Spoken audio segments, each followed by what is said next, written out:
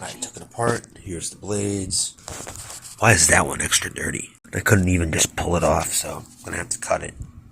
Jordan Yu used sandpaper to clean the shaft, and I was gonna make a comment saying, I think you should use Scotch-Brite instead.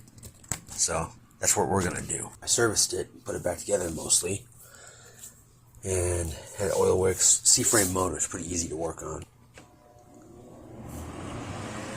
I can't believe it. I actually fixed it.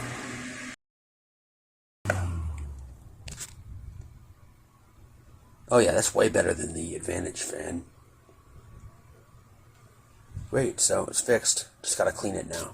Pretty gross. Closet right here. It's a little better. There's high and off. Whoops. Off.